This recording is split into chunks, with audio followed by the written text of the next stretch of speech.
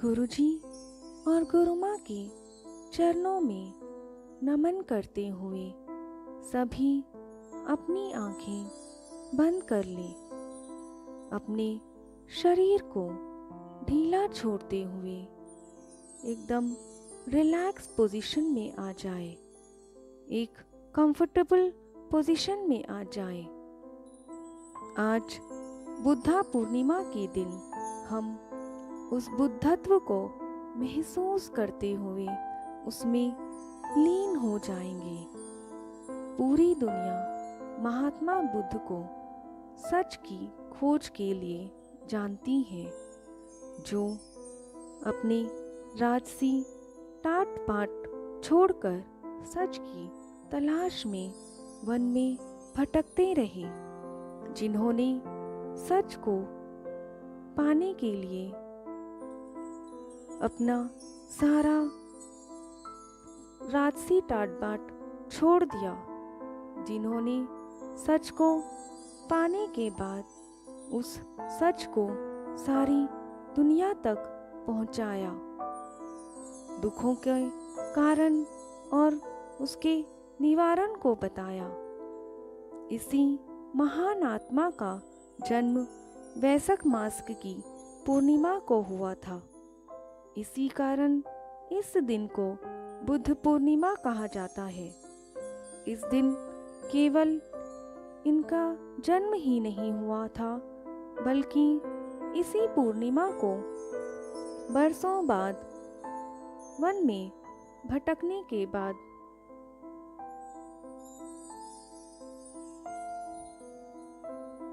और बरसों की कठोर तपस्या के बाद बौद्ध गया में बौद्ध वृक्ष के नीचे बुद्धा को सत्य का ज्ञान प्राप्त हुआ।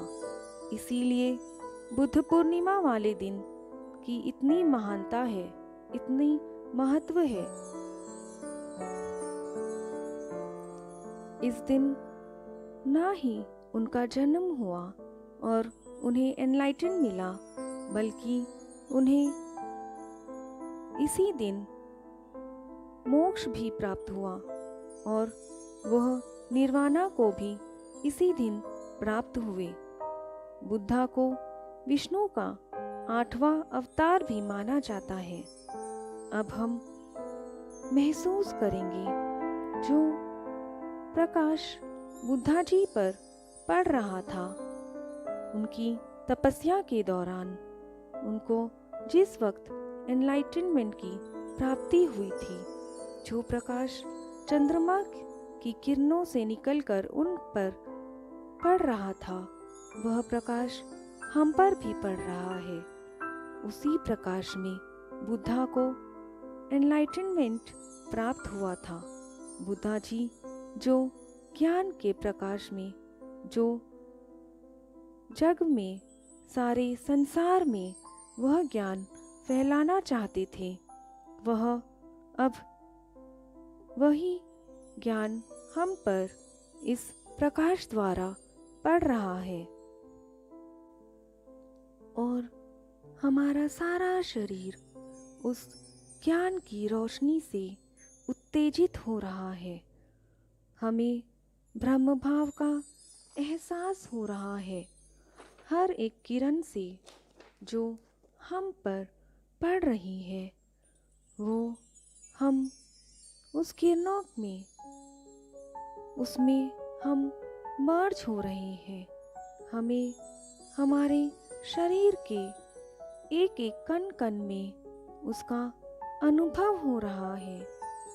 हमारे सारे शरीर से उन किरणों को निकलता हुआ महसूस करिए और अब हमारे शरीर के भीतर और बाहर हर जगह किरणें ही किरणें हैं, प्रकाश ही प्रकाश है। अब हम और वह ब्रह्म भाव और वह ब्रह्म ज्ञान अलग नहीं है।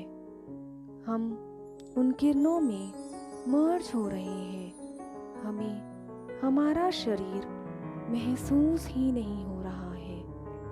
हमें केवल एक प्रकाश दिख रहा है जो हमारे भीतर से उत्तेजित हो रहा है और जो चंद्रमा के किरणों से उत्तेजित हो रहा है।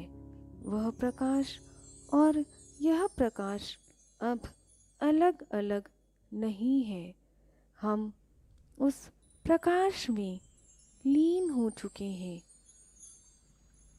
इस भाव को महसूस करें, उसका आनंद लें,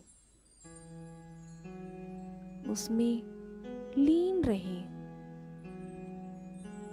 महसूस करें जब हमें हमारा शरीर ही नहीं महसूस हो रहा है, केवल एक भाव महसूस हो रहा है। उस भाव को महसूस करें जो बुद्धा हमें महसूस कराना चाह रहे हैं उनके ज्ञान रूपी किरणों द्वारा। उस ब्रह्म भाव को महसूस करें, उस प्रकाश को महसूस करें जो हमारे भीतर है। उस वननेस को महसूस करें। इस वननेस में मर्ज होते हुए, लीन होते हुए, उस ब्रह्म भाव को महसूस करते हुए, उन किरणों की लहरों में बहते हुए उसका आनंद लें। देखें कैसे इस आनंद को महसूस करते हुए हमारे चेहरे पर मुस्कुराहट आ रही है। इस ज्ञान के अनुभव द्वारा जो हमें खुशी मिल रही है, जो ब्लिसफुलनेस फील हो रही है, उस ब्लिसफुलनेस में मर्ज होते हुए, उस खुशी का अनुभव करते हुए, उसमें गोटे लगाते हुए अनुभव करते रहें। महसूस करें हमें जो फील हो रहा है, ऐसी शांति जो बुद्ध के चेहरे में है, जो एक तेज है उनके चेहरे में, जो एक प्रकाश है उनके चेहरे पर, वह प्रकाश अब हमारे चेहरे पर भी है। वह ब्लिस अब हमारे चेहरे पर भी है। वह पीसफुलनेस अब हमारे भीतर भी है। हमारा चेहरा भी उसी प्रकाश तेजवान हो रहा है जिस प्रकार बुद्ध का चेहरा तेजवान हो रहा था।